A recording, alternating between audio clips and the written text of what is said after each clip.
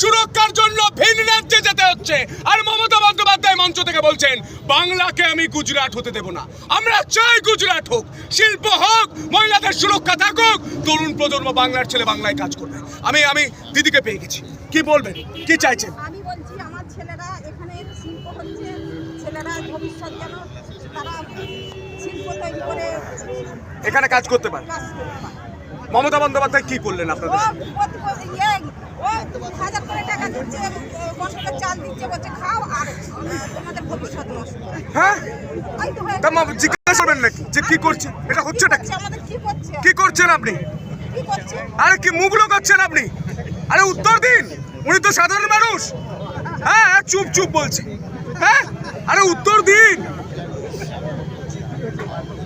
লজ্জা করলে হবে না। উত্তর দিন, উত্তর নেই। টাকা দিচ্ছে, হ্যাঁ? আর এর করছে, ছেলেদের লেখাপড়া শেখাচ্ছে, যা কিছু পয়সা দিচ্ছে, এবার তারা নিজেদের পায়ে দাঁড়িয়ে করে ভবিষ্যৎ নষ্ট করে